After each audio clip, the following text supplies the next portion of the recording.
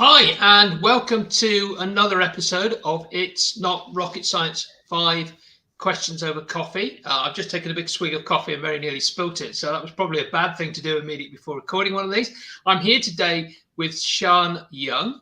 Sian runs a sustainable business coaching business, which we're going to get into in a little while. Sian, welcome to the podcast. I hope you're looking forward to this.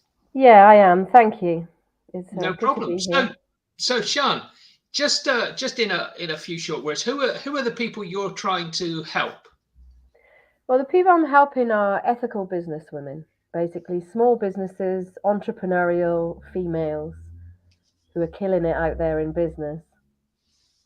And what's the problem that those ethical business women face that they try to solve without any help, and you've seen them make those those errors which they're sort of not quite nailing.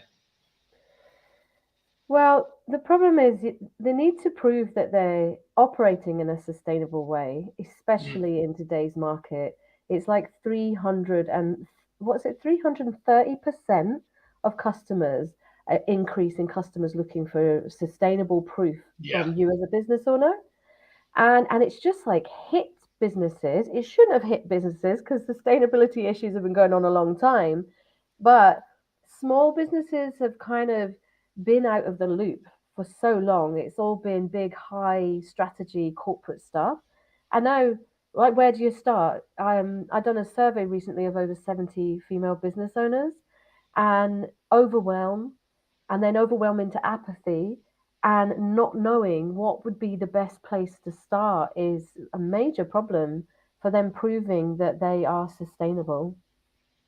I love the fact that you've done a survey. That's really good news because too many people do this by gut feel. You've actually got some actual hard evidence that this is something that is a problem and needs solving.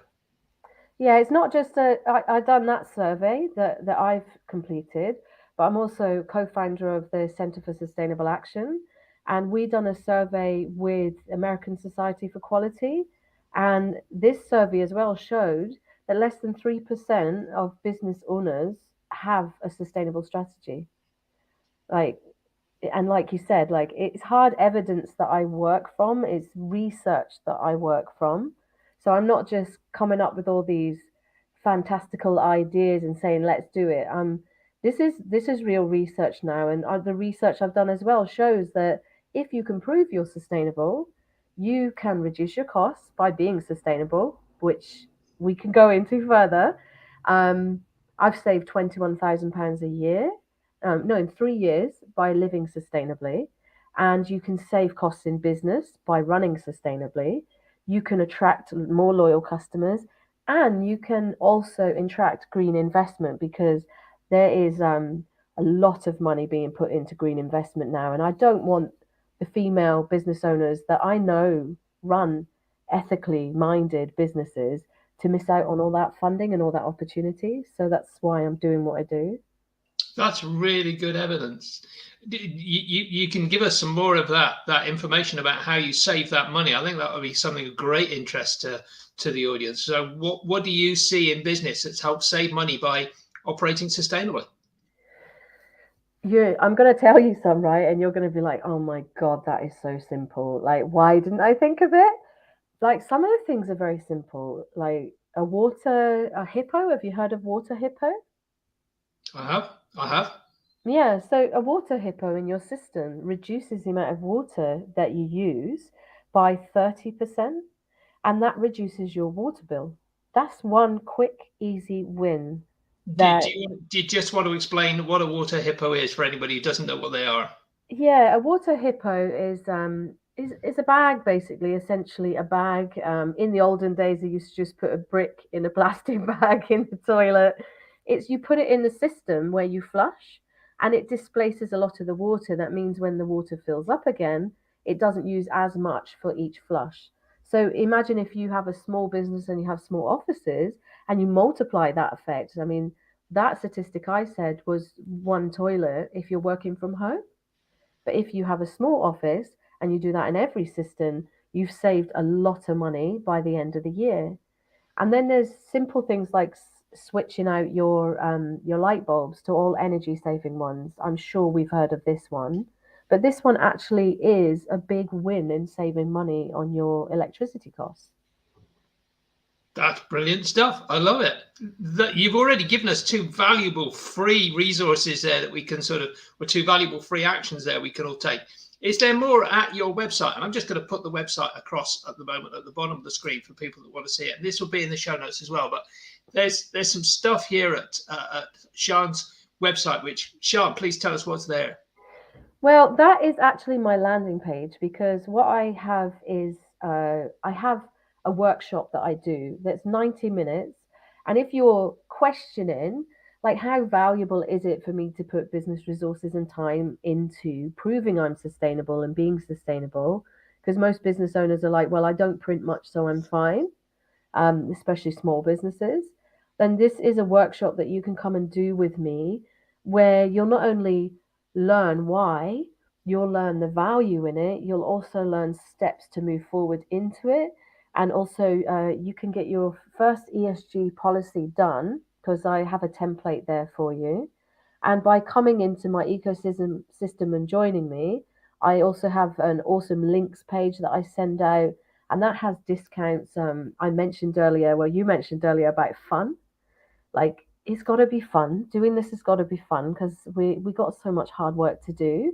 So I also have sustainable products, discounts off of that. I have freebies. I have eco journey to go on. There's just so much. So this is a starting point if you come along there and join us. Terrific. Love it very much. So, has there been a particular book or program that's really inspired you on this sustainable journey? There has been an inspiration to me, and it's only recently I realized how long. In 2005, I joined over 200,000 people in Edinburgh to hold hands around the city of Edinburgh to protest to end poverty. And end poverty is SDG number one. That's Sustainable Development Goals, right? The UN have Sustainable Development Goals, which were agreed by multiple countries as a underpinning way that we could all come together collectively and solve some of the major issues on our planet today. And number 17 is partnerships. So I'm always open to partnerships and collaboration towards this aim. But the SDG goals, they inspire me because if we all just looked at that and we all started operating under that, we would move faster forward in our climate crisis. Um, so yeah, that has inspired me, and it inspired my husband and I to create an online tool for small businesses to start that journey into SDGs and get us all together. I keep a postcard of the Sustainable Development Goals on my desk. Actually, it was given to me. I know. Get it there. And they're at top right. They got no. Oops. Let me see if I can get it front. No poverty. That's number one. Number No two being poverty. zero hunger, which I think are two really important goals. But yeah, that's on my desk to remind me constantly to be striving towards those 17 goals myself. So, Yeah, and I find small businesses are so in silos, and that's why my husband and I co-founded the Centre for Sustainable Action, which is a cooperative for small businesses, because we realised that while we're in silos, we're not having access to all that green funding that's out there. We're not collaborating together to one SDG aim, and so that's what my work is all about. It's all about bringing ethical business women into a way where we're all collaborating together for the good of people, planet, and profit, basically.